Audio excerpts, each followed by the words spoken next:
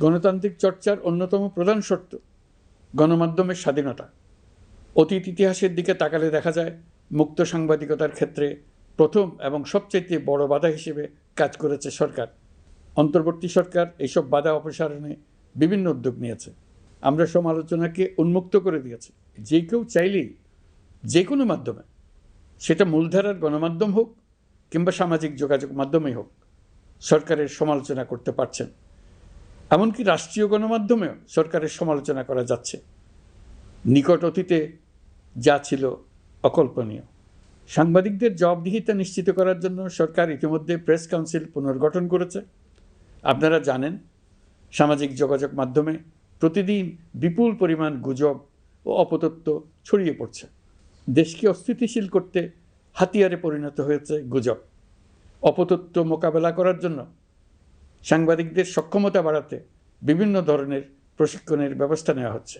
স্বৈরাচারী সরকার আমলে সাংবাদিকতার ক্ষেত্রে বড় বাধা ছিল ডিজিটাল নিরাপত্তা আইন, যা পরে সাইবার নিরাপত্তা আইন রূপে আবির্ভূত হয়েছিল। আমরা এই আইনটি বাতিল করেছি। এই আইনের অধীনে সাংবাদিকদের বিরুদ্ধে করা সব মামলা বাতিল করা হয়েছে। সংবাদ মাধ্যমের স্বাধীনতা নিশ্চিতকরণে এটি একটি বড় অগ্রগতি। নতুন যে আইন প্রণীত হয়েছে তাতে আগের আইনের নিবর্তনমূলক 9টি ধারা বাদ দেওয়া হয়েছে। আগের আইনের আওতায় করা 95% মামলায় এসব ধারায়। আমরা বিশ্বাস করি নতুন আইন প্রণয়নের পর সাংবাদিকদের আইনি হয়রানি বন্ধ হবে। গত বছর মানুষের প্রতিবাদকে স্তব্ধ করে দিতে ফ্যাসিবাদী সরকার ইন্টারনেট বন্ধ করে দিয়েছিল, যাতে গোপনে তারা দমন নিপীড়ন হত্যাকাণ্ড চালাতে পারে। অন্তর্বর্তী সরকার সাইবার সুরক্ষা আইন সংশোধন করে নতুন অধ্যাদেশে প্রথমবারের মতো ইন্টারনেটকে মৌলিক অধিকার হিসেবে অন্তর্ভুক্ত করেছে।